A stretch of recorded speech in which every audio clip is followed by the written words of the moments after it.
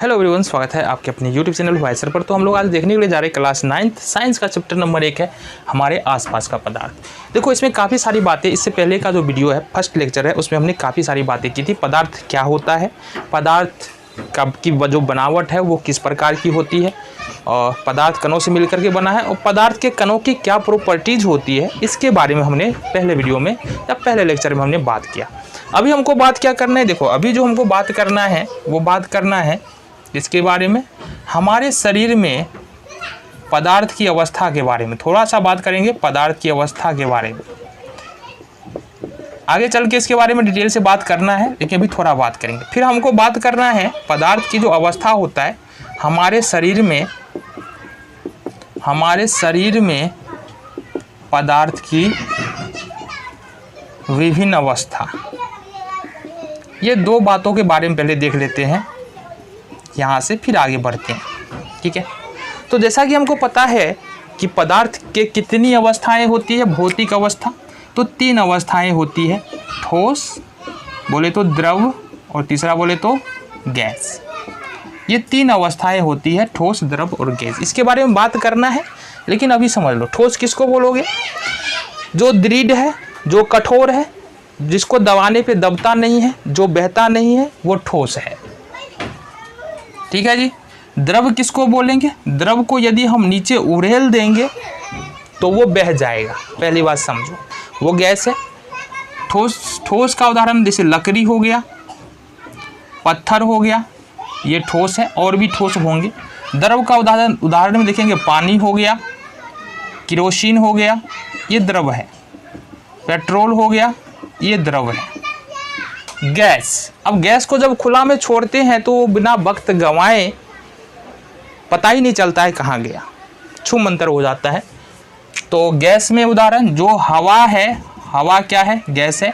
इसके अलावा जो एलपीजी सिलेंडर जो हम प्रयोग करते हैं, इसके अलावा जो जल वाष्प है वो भी गैस का ही प्रकार है। तो ये पदार्थ जो है 3 अवस्थाओं में पाए जाते हैं। हालांकि 2 अवस्थाएं और होती है जिसके बारे में हम आगे पढ़ने वाले हैं, लेकिन अभी के लिए समझेंगे पदार्थ की ठोस, द्रव और गैस 3 अवस्थाएं होती है। कौन सी, किसको ठोस बोलेंगे, किसको द्रव बोलेंगे, किसको गैस बोलेंगे, क्लियर हो गया बात। चलो जी, अब सवाल उठता है हमारा शरीर जो बना है वो ठोस से बना है, द्रव से बना है, या फिर गैस से बना है, किससे बना है। तो हमारे शरीर में पदार्थ की तीनों अवस्थाएं पाई जाती है, इतनी बात समझ लो। हमारा हड्डी और दांत देखो, मुख्य रूप से जो भी हड्डी होता है और दांत होता है वो क्या है, वो ठोस अवस्था है। ये बात पता है हमको, हड्डी और दांत क्या है, ठोस अवस्था है। जो रक्त है यानी कि जो खून है, ब्लड है, वो द्रव अवस्था है। जो खून होता है वो क्या होता है, लिक्विड होता है, द्रव होता है। और जैसे पानी, शरीर के अंदर पानी भी पाया जाता है, तो पानी भी क्या है, पानी भी लिक्विड ही है, द्रव है। हमारे शरीर के अंदर लगभग 65 से 70 प्रतिशत तो पानी ही होता है, इस बात का हमेशा ध्यान रखें। तो ठोस आ गया, गैस आ गया। तीसरी बात है, ठोस आ गया, द्रव और गैस भी पाया जाता है। जो O2 होता है और जो CO2 होता है, यानी कि ऑक्सीजन और कार्बन डाइऑक्साइड, ऑक्सीजन को हम सांस में लेते हैं, कार्बन डाइऑक्साइड को सांस में छोड़ते हैं, ये क्या है, ये गैस है। ठीक है, तो हमने क्या देखा, हमारे शरीर के अंदर ठोस भी पाया जाता है, द्रव भी पाया जाता है और गैस भी पाया जाता है। तीनों चीज़ पाया जाता है हमारे शरीर के अंदर। समझ में आ गया, यानी पदार्थ की तीनों अवस्थाएं हम अपने शरीर में ही अनुभव कर सकते हैं, कहीं बाहर जाने की ज़रूरत नहीं है, और हमारे शरीर के अंदर से ही समझ सकते हैं इसको। तो पदार्थ की 3 अवस्था हो गया। अब एक बात यहाँ से हमको जान लेना है, कौन सी बात है, कि जो भी पदार्थ पाए जाते हैं, क्या एक पदार्थ जो है एक से अधिक अवस्था में रह सकता है या नहीं रह सकता है। जैसे अगर जल की बात करेंगे ना, जल की बात करेंगे, ठीक है, जिसको इंग्लिश में क्या बोलते हैं अपन, वाटर बोलते हैं। तो जल की बात करेंगे तो ये बर्फ के फॉर्म में हो तो ये ठोस अवस्था हो गया। पानी का ही ठोस रूप क्या है, जो बर्फ का सिल्ली देखते हैं, ठीक है, क्यूब देखते हैं, वो क्या है, पानी ही है लेकिन ठोस अवस्था में। पानी को और ज़्यादा गर्म कर दो तो ये क्या बन जाएगा, बर्फ क्या बन जाएगा, बर्फ बन जाएगा जल वाष्प। तो ये कौन सी अवस्था है, ये है गैस अवस्था। ठीक है। तीसरी जो अवस्था है वो खुद जल है, ये है द्रव अवस्था। यानी पानी पदार्थ के तीनों अवस्थाओं में पाया जाता है। इतनी बात समझो, पानी पदार्थ की तीनों अवस्थाओं में पाया जाता है। लेकिन क्या सारे पदार्थों के साथ ये होता है, क्या सारे पदार्थ जो है वो तीनों अवस्थाएं में पाए जाते हैं? ऐसा नहीं होता। अगर हम लकड़ी की बात करें, तो ये केवल ठोस रूप में पाया जाता है। पत्थर की बात करें तो ये केवल ठोस रूप में पाया जाता है। अगर कपूर की बात करें तो ये या तो गैस फॉर्म में होगा या सॉलिड यानी कि ठोस रूप में होगा। तो हमने क्या देखा कि कुछ पदार्थ केवल ठोस रूप में पाया जाता है, कुछ पदार्थ केवल गैस रूप में पाया जाता है, कुछ पदार्थ केवल द्रव रूप में पाया जाता है। लेकिन अधिकतर पदार्थ ऐसे हैं जो तीनों स्टेट में क्या करता है, अस्तित्व उसका होता है ना। अधिकतर नहीं, कुछ पदार्थ बोल सकते हैं। बहुत से ऐसे पदार्थ हमारे सामने निकल के आएंगे जो तीनों अवस्था में रह सकता है। ठीक है। जिसमें से एक वाटर प्रमुख है, इसके बारे में हम आगे चल के हमको पढ़ना भी है अच्छे से। ठीक है। अवस्था परिवर्तन के बारे में तो ये बातें समझ में आ गई कि पदार्थ जो है, एक पदार्थ एक से अधिक अवस्था में रह सकता है, लेकिन ज़रूरी नहीं है कि सारे पदार्थ जो है वो तीनों अवस्था में हो, है ना। हो भी सकता है और नहीं भी हो सकता है। तो देखो, अब हमको क्या समझना है पदार्थों के बारे में। पदार्थ के तीन अवस्थाओं के बारे में हमने जाना है कि पदार्थ की कुल तीन अवस्थाएं होती है। पदार्थ की अवस्था की बात करेंगे तो तीन अवस्था तो हमने पढ़ा है, ठोस, सेकेंड वन इज द्रव एंड लास्ट इज गैस। ये तीन के बारे में हमने पढ़ा है। दो अवस्था और होती है, लेकिन इसके बारे में हमको लास्ट में पढ़ना है चैप्टर के, वो हम देख लेंगे। तो तीन अवस्थाएं हमारे पास, ठोस, द्रव और गैस। अब इस एक एक करके करना क्या है, हम इसके प्रॉपर्टी को ध्यान से देखेंगे और समझेंगे। उसके पहले हमने क्या बताया था, देखो इस एक बात को समझो। हमने ये बताया था, मान लो ये ठोस है, बात को समझो यहाँ से, ये दूसरा वाला द्रव है और तीसरा वाला क्या है, गैस। ये द्रव है और ये गैस है। तो सबसे पहली बात जो हमको पता है कि जितने भी पदार्थ होते हैं वो किससे बना होता है, कणों से मिलकर के बना होता है। ठीक है। तो ठोस द्रव पदार्थ की अलग अलग अवस्थाएं क्यों होती है, ये समझना है हमको। अगर पदार्थ कणों से मिलकर के बना हुआ है तो पदार्थ की तीन अलग अलग अवस्थाएं क्यों हैं। कोई पदार्थ ठोस होता है, कोई पदार्थ द्रव होता है, कोई पदार्थ गैस होता है कि नहीं। अच्छा, कोई पदार्थ ऐसा होता है जो कभी ठोस है, कभी द्रव है, कभी गैस है। ऐसा क्यों होता है ये समझना है। तो ये हम समझ सकते हैं किस प्रकार से, अगर हमको जो कण होता है ना ठोस, द्रव और गैस में, उसके अरेंजमेंट को हम समझ लें, उसकी बनावट को समझ लें कि किस प्रकार से कण जो है वो ठोस में है, द्रव में है और गैस में है, तो हमको ये समझ में आ जाएगा कि कोई पदार्थ ठोस क्यों होता है, द्रव क्यों होता है और गैस क्यों होता है। बात को समझो यहाँ से। चलो, ये हो गया गैस। तो पहले एक बात को समझो, अगर ये पदार्थ है, मान लो कि ये पदार्थ मान लेते हैं, अगर ये पदार्थ है तो इसके कण जो है ना, ये मान लो बड़ा सा दिखा दिए, इसका कण है। ये एक पूरा पदार्थ है, ये बड़ा सा इसका पार्टिकल से हम बड़ा करके दिखा रहे, समझना है ना। ऐसे तो पदार्थ का कण दिखाई तो देता नहीं है। ठीक है जी। तो यहाँ पर देखो, पदार्थ के कणों के बीच में, यानी मान लो ये पदार्थ का दो कण है, तो इस दोनों कणों के बीच में एक बल काम करता है, एक आकर्षण बल काम करता है। कौन सा बल? आकर्षण बल काम करता है। मतलब पदार्थ के कणों के बीच को खींच कर रखने का काम कौन करता है? आकर्षण बल करता है, जो पदार्थ के कणों के बीच में होता है, चाहे ठोस हो, द्रव हो, गैस हो, तीनों के कणों के बीच में आकर्षण बल होगा, चाहे कम हो ज़्यादा हो, लेकिन होगा जरूर। तो इस आकर्षण बल को बोलते हैं अंतर आणविक आकर्षण बल। क्या बोलते हैं? अंतर आणविक आकर्षण बल। ठीक है जी। यानी ठोस या द्रव हो या गैस हो, सभी प्रकार के पदार्थों में कण उसके कणों के बीच में एक प्रकार का बल होता है जो पदार्थ के कण को बांध करके रखता है। इसको हम लोग बोलते हैं अंतर आणविक आकर्षण बल। अच्छा, यहाँ पर दिखाई दे रहा है क्या, पदार्थ के कणों के बीच में ठोस है, ये द्रव है, ये गैस है। सभी पदार्थ के कणों के बीच में कुछ ना कुछ जगह है। ठोस में सबसे कम है, द्रव में सबसे थोड़ा ज़्यादा है और गैस में सबसे अधिक स्पेस है। यानी कि पदार्थ के कणों के बीच में ये जो स्थान दिख रहा है ना, ये खाली स्थान, यहाँ से लेके यहाँ तक ये जो स्थान दिख रहा है ना, खाली स्थान, जो खाली स्थान होता है, जो पदार्थ के कणों के बीच में खाली स्थान होता है, उसको बोलते हैं अंतर आणविक स्थान। ठीक है, उसको बोलते हैं अंतर आणविक स्थान। समझ में आ गया? समझो बात को। ठीक है, यानी कि पदार्थ कणों से मिलकर बना होगा, पदार्थ के कणों के बीच में कुछ ना कुछ स्थान होगा, बहुत सारे कणों से मिलकर के पदार्थ का निर्माण होता है।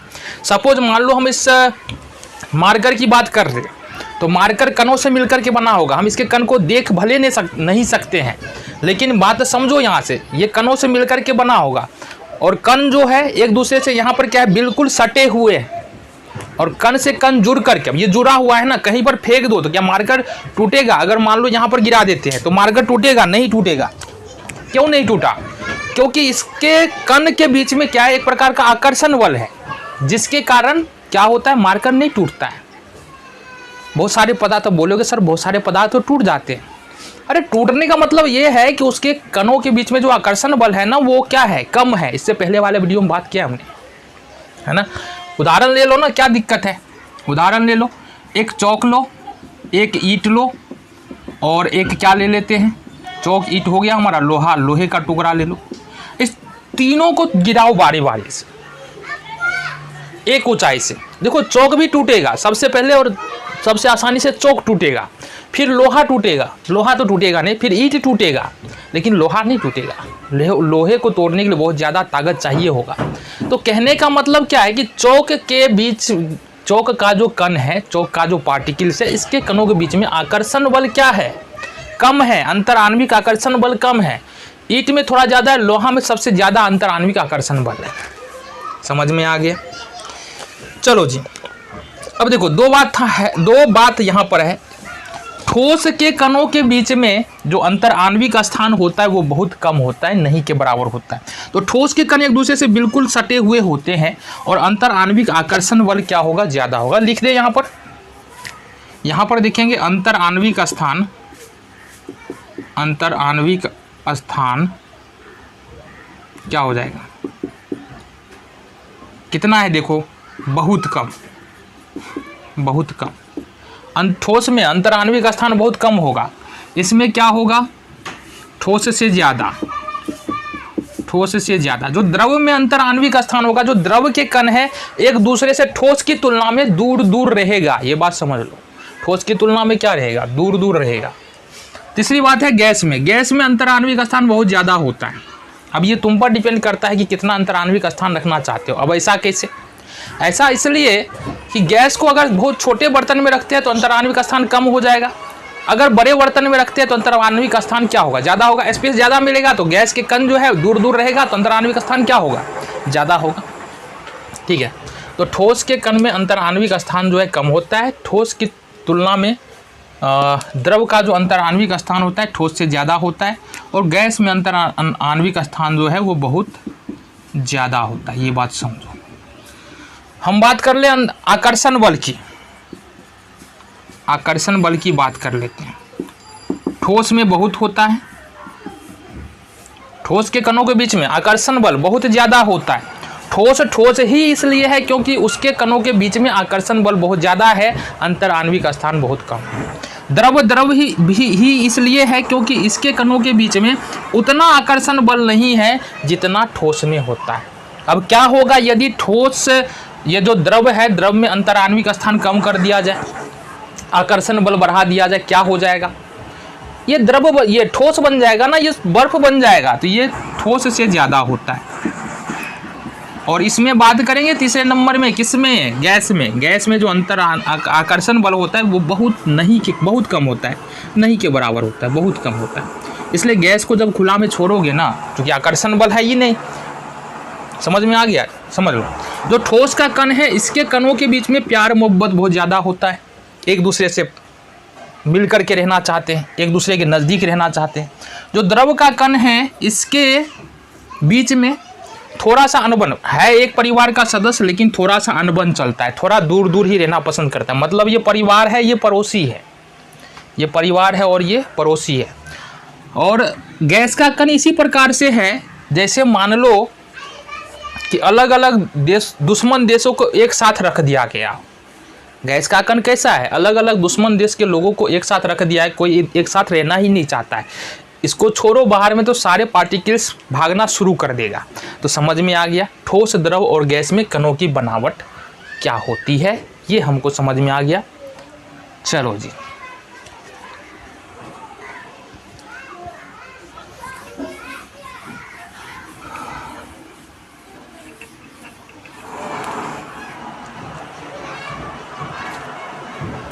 तो अब अपने को बात कर लेना पदार्थ की ठोस, द्रव और गैस 3 अवस्था है। पहली अवस्था ठोस अवस्था के बारे में हम डिटेल से पढ़ लेते हैं। ठोस अवस्था के गुण, ठोस अवस्था के गुण के बारे में,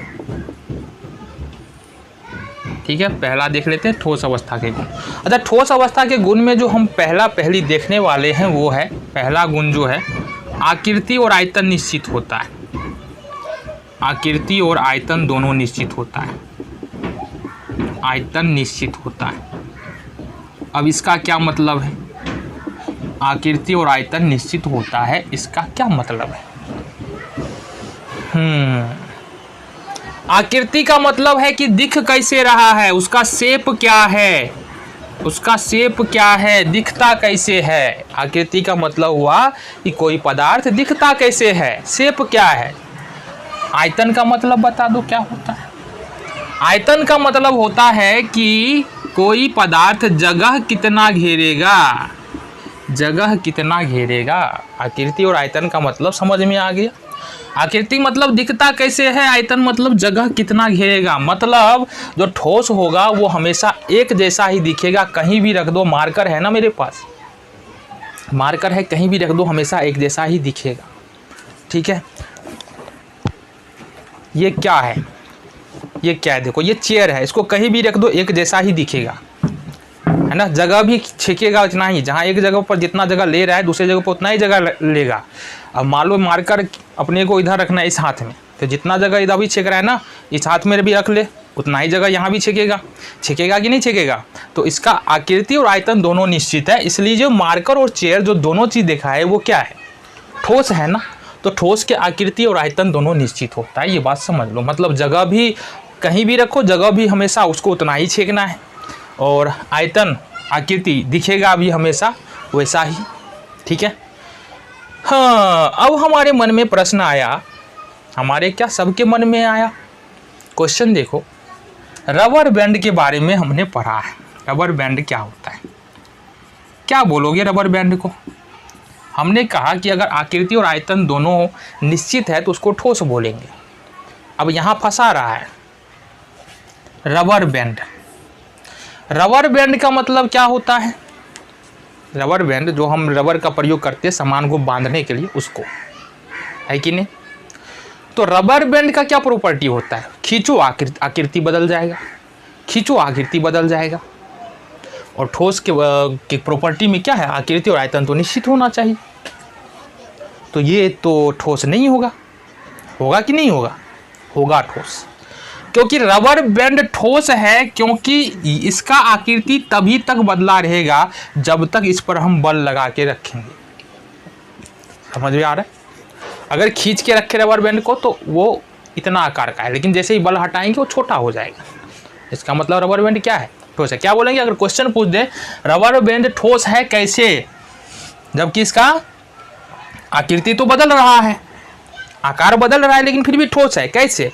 तो रबर बैंड का आकार तभी तक बदला रहता है जब तक कि उस पर बल लगा रहता है। बल हटा देंगे, आकृति पुनः पहले जैसा हो जाएगा, इसलिए रबर बैंड क्या है? ठोस है। ये बात समझो। दूसरा है चीनी। अब देखो चीनी के बारे में दूसरा उदाहरण, चीनी के बारे में भी एक है चर्चा।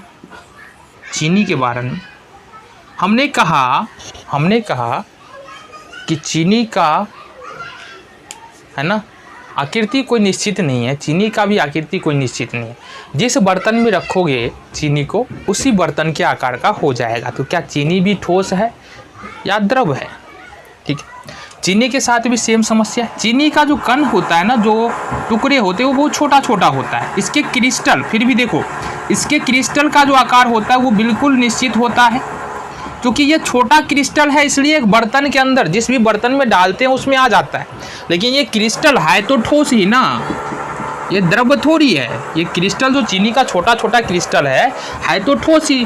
फर्क सिर्फ इतना है कि इसका क्रिस्टल छोटा छोटा है, जिसके कारण क्या कर सकते हैं, इसको हम किसी बर्तन में रख सकते हैं। इस हिसाब से तो देखो आरा मिल देखा है ना, आरा मिल देखो ना क्या होता है, जहाँ पर लकड़ी की कटाई होती है तो लकड़ी को काटने के बाद जो बुरादा निकलता है ना, एकदम बहुत पतला पतला जो बुरादा निकलता है, उस बुरादों को तुम किसी भी बर्तन में डाल के रख सकते हो। इसका मतलब ये थोड़ी है कि जो वो बुरादा है वो ठोस नहीं है, ठोस है ना। लकड़ी को हमने क्या किया, पीस दिया है, उसके और छोटा छोटा टुकड़ा कर दिया है, लेकिन इसका मतलब थोड़ी है कि लकड़ी की पीस देंगे तो ठोस नहीं रहेगा, ठोस ही रहेगा बच्चा। ठीक है, तो चीनी भी ठोस है। तीसरा है हमारे पास स्पंज।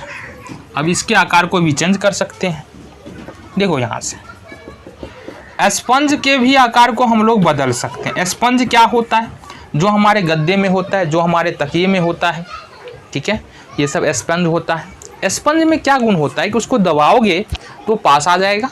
जो गद्दा होता है उसको कूदो तो क्या होगा, एक तो बहुत सारे गद्दे में स्प्रिंग लगा होता है, इसके कारण से होता है। स्प्रिंग के बाद स्पंज होता है, और बहुत सारे गद्दे में डायरेक्टली स्पंज ही लगा होता है। तो स्पंज को यदि हम दबाते हैं तो क्या होता है, आकार चेंज हो जाएगा, छोड़ देंगे फिर आकार बढ़ जाएगा। इसका मतलब कह रहा है कि ठोस का आकृति और आयतन यानी आकार तो एक जैसा होना चाहिए हमेशा। तो क्या स्पंज ठोस नहीं है? यहाँ भी देखो होता क्या है, जो स्पंज का टुकड़ा है ना, मान लो स्पंज का टुकड़ा है, अब स्पंज के टुकड़े में छोटे छोटे छिद्र होते हैं। क्या होता है, छोटा छोटा छिद्र होता है, जिसमें से क्या होता है, हवा स्पंज के अंदर भर जाता है। जब स्पंज को हम दबा रहे होते हैं तो उसमें जो हवा भरा है वो बाहर निकल जाता है, वो दब जाता है। जैसे ही हम छोड़ते हैं फिर से हवा उसके अंदर चला जाता है, जिसके कारण ये क्या होता है, फूल जाता है। तो स्पंज भी ठोस है, बस ये छिद्र उसके लिए जिम्मेवार है। तो स्पंज क्या है हमारे पास, ठोस है। ठीक है, तो ये सारी बातें हमने यहाँ से जान ली। चलो, तो ठोस के आकृति और ये पहला गुण के बारे में हमने जाना। ठोस की अवस्था में आकृति और आयतन दोनों ही निश्चित होते हैं। एक प्रश्न और निकल के आता है, ठोस की आकृति और आयतन दोनों निश्चित ही क्यों होता है? ये प्रश्न भी आएगा ना मन में, जो ठोस है उसका आकृति और आयतन क्यों निश्चित होता है। इसके पीछे का लॉजिक यही है। देखो यहाँ से हमने क्या बताया, अगर ये ठोस है तो इसके कण के बीच में जो अंतर आणविक स्थान है वो बहुत कम है, और जो ऐसे बना लो ना, ये जो कण है इसके कणों के बीच में जो अंतर आणविक स्थान है वो बहुत कम है, नहीं के बराबर है। और अंतर आणविक आकर्षण बल, अंतर आणविक आकर्षण यानी दो कणों के बीच में जो आकर्षण बल लग रहा है बहुत ज़्यादा है। आकृति हमेशा एक जैसा क्यों रहेगा, कब रहेगा, जब जो है ये कण इतने मजबूती से बंधे हुए, इतना मजबूत बल लगाए कि कभी छोड़ने को तैयार ही नहीं है, तो हमेशा तो वो ऐसा ही दिखेगा ना। जल का आकृति बदला है तो जल का आकृति बदलता है क्योंकि उसके कणों के बीच में वह ताकत नहीं है जो ठोस के कणों के बीच में है। ठीक है, समझ लो। इस कारण से यहाँ पर अंतर आणविक स्थान कम होने के कारण, अंतर आणविक आकर्षण बल अधिक होने के कारण ठोस जो है वो ठोस होता है। समझ में आ गया जी? चलो।